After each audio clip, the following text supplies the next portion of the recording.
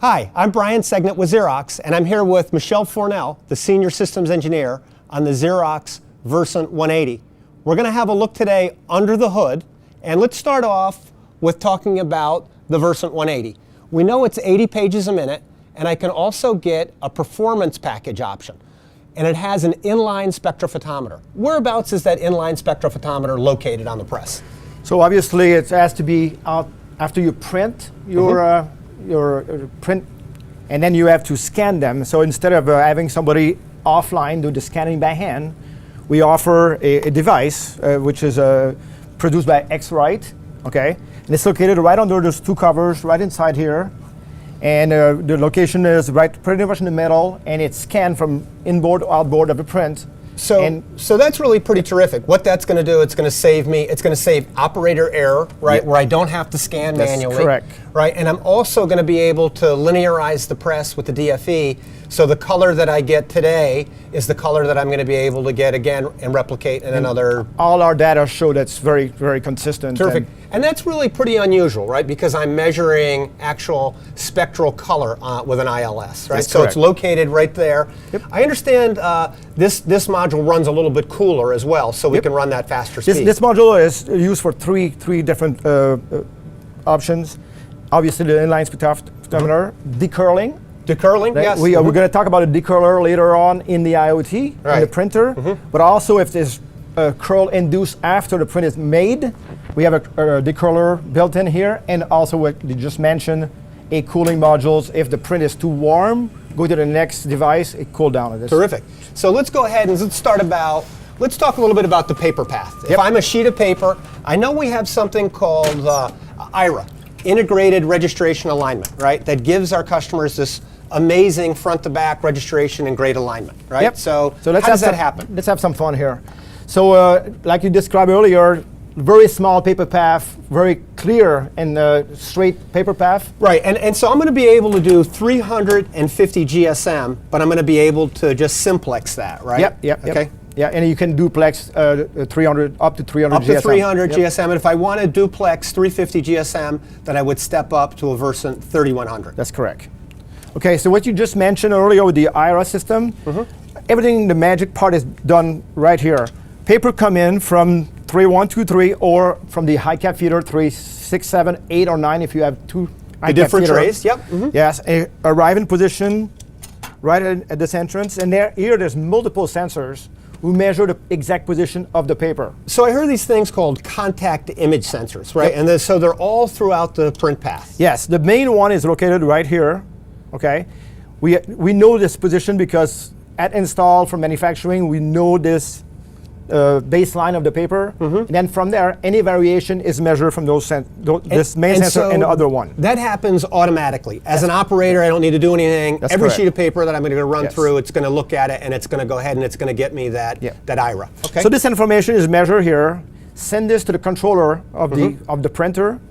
Okay, the information is calculated. Send this to the laser, which is located right under the toner. There's a section right here underneath here. You see the 4 little openings? So we actually have a laser then that's writing that image on that page. There's 2 lasers, 2 per colors, okay, who are doing the jobs of separation of colors and then put this image on the drums. And so it's writing a C, an M, a Y, and a K image, correct. right? That's So correct. it takes that laser beam, it's splitting it up, and it's writing my image right on that piece of paper. We're going to go back to the paper path in a few seconds. Let's talk about imaging like we just described. Okay. There. So we're going to put this out for about 30 seconds because those drums are Yeah, so light this is a sensitive. little bit light sensitive. You don't want to leave it open all the time, right? Because it could correct. impact your image quality. So the image, like I said, is transferred to the laser. The laser starts to write down the information right on the drum, okay? Next to the drum, there's a developer housing here who mix the toner in the material to make sure you'll be able to make this image transfer to the next section, okay? So again, you got one drum, one housing per color. And you know, the nice thing, these are all customer replaceable, right? Correct. So if I see an image, I need to do something, I can just go ahead and I can pop it out, right? Terrific. Okay. Compared to other device in the Right, competitive field. products sometimes it's a little lot more more difficult, or I got to call a service tech to do it, right? Yes, that's correct. So this image is transferred to another belt, which I don't have access here. It's called the IBT belt, the Intermediate Belt Imaging System, transfer system, and then it's transferred back to the paper path. When the paper moves to the station, it's transferred using the second BTR, The second bias roll. transfer, okay. Okay. And that's what, kind of like an electrical zap that it's getting, okay? Yeah, and then the image is transferred from the IBT to the paper via this second And so I'm using electricity, positive and negative, to either pull that image or pull that toner down into the paper, or kind of repel it. Is that what's Yes, happening? exactly. And then You did your homework. I'm very happy. that's to it. hear this. I read our brochure. So if I look at this, this is the fuser module. Yes, I just want to go back here a little bit. Oh, okay, fuser. Yeah. So obviously, when you print, you have to make sure the toner stay on the piece of paper. So we're using fusing device. Okay.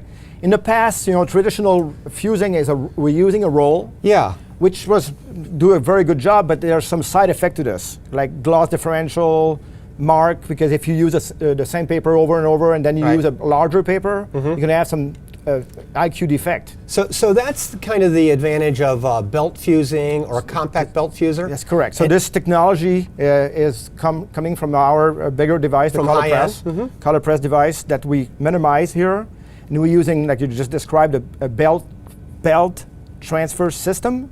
So instead of having a roll, we have this belt which make the fusing and temperature very consistent. Right. From print to print. So that's the reason why I'm able to get the fast speed. This is the reason why on the performance package I can run 350 GSM. I'm holding my heat, or even on mixed media where I need the shed heat. Right. I can drop my heat fast so I can get my paper. But I think maybe more importantly, even the ability to run envelopes, because you don't need to change this fuser out. Some competitive devices, I've got to do a fuser swap. I'm going to be able to run 350 GSM and envelopes all on that same fuser. Yes, correct. Okay, and I understand. So the reason I interrupted you earlier and I do it again. Yeah. Okay, is when we do the side 1 and side 2, you're going to go with side 1. You print your image like we described earlier. Print the paper. Now we're going to fuse it, and when you depending on the material you're using, the media you're using, the paper is going to shrink a little bit. Okay. Because of the heat. Yes, the Got heat it. will shrink the paper. We talk about 0.01 millimeters, but when you do a business card, you want to make sure that Because I'm cutting you up front to maintain back. this. So we know that for a fact that the paper is. But that's true on every press, right? That's Because correct. I'm using heat, right? And there's moisture in that paper, and when you go to maybe 300 degrees Fahrenheit, right, you take some of that moisture out and you get some shrinkage. So believe me or not, under this cover here, we have a little sensor who measure the temperature. Okay. So now we build a bunch of tables for all the papers we're supporting. 220 GSM coated, 300 GSM uncoated, the large paper, small paper. So that sensor is then doing all that calculation. Right. So what we do is, depending on the temperature here, if it's a short run or a long run, it will vary. Yeah. So we measure this, we send this to the controller, and we're like, okay, after an hour, my temperature raised by 2 degrees Celsius, or 5 degrees Fahrenheit. I need to shrink my image or enlarge my image on side 2 to be able to match my image perfectly. Okay. We do this on the fly. And so it's looking at temperature. Is it also looking at humidity? Is that a factor? We always do this for years. Right. Okay. Machine always, inside the machine we measure the temperature, the humidity, and all the xerographic process is very sensitive to those things. Yeah. Okay. We adjust this on the fly. It's called the closed loop xerographic process. Closed loop processes. Right. Not to be confused with calibrating, not to be confused with inline spectroscopy. And so that's kind of the advantage. All this Xerox technology, we've been doing it for years. We do it from the office right up to high-end production, and we bring all of that technology to the Versant 180. Okay, great. Okay. So like I said, the paper path is very clear. Fuser, we're done. When we do a duplex, we're going to curl here. We're going to turn radius and send the paper back inside this. Right, so that's a pretty tight, we've got this is a nice small footprint, and so that's the reason why we only can auto duplex 300 GSM. Right. So physically, turning a 350 GSM in that small radius is almost impossible. Right, because that's a stiff piece of paper if you're using a 350. And obviously on the 3100, It's a little wider. I've got a lot more real estate, so I've got a lot more so space you can to turn at 350 GSM. Terrific. And I heard people do a little bit more than that. Okay. Okay. Just before the decurling, turning inverter system, we have a little device right here called the decurler. Okay. 2 rolls who go back and forth depending of the media you're using today. So right here, these 2 rolls are actually the kind of built-in inline decurler. That's that correct. You would get. So we have multiple decurler in the system. Depending of what configuration you have, every machine in the printer by itself have its built-in decurler. But you know, Michelle, I think that's an important point because on some other devices that I could buy, you have to buy a decurler. So if you buy even a base Versant 180 and you buy just the output catch tray, you have a decurler. Automatically, I've got an inline decurler. Correct. This one, you don't have to do anything with it. It's always adjusting by itself. Okay. Again, when you program your paper and it said I got coded 220 GSM, and then the next sheet is 300 GSM, this guy will on the fly change. Great. Okay. Okay. If for some reason you have a paper who don't react like it's supposed to be, you can go and overrule those settings. And I can kind of push it or I can kind of pull it. Terrific. Okay? All right. And then to build on this, if there's more curl coming out, I described this earlier, we have a decurler in the... Right, because normally, you know, I would then add this module, the interface decurler unit, when I'm adding in my finishing, because I'm going to be a lot more sensitive to if I'm doing trim, you know, two-side trim, or if I'm doing full bleed, so I can actually control it from there. And lastly, we have another one, and then Rod's going to talk about this tomorrow morning with you. We have another decurler at the end. If you do book or package that are curling all the way to the end, that you can decurl more. Terrific. Okay? Okay. So fuser. All right, what's next? What do we want to look at next?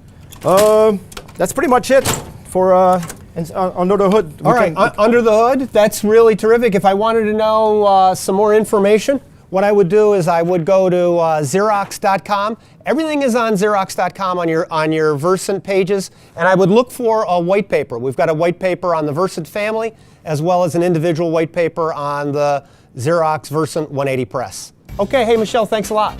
Thank you.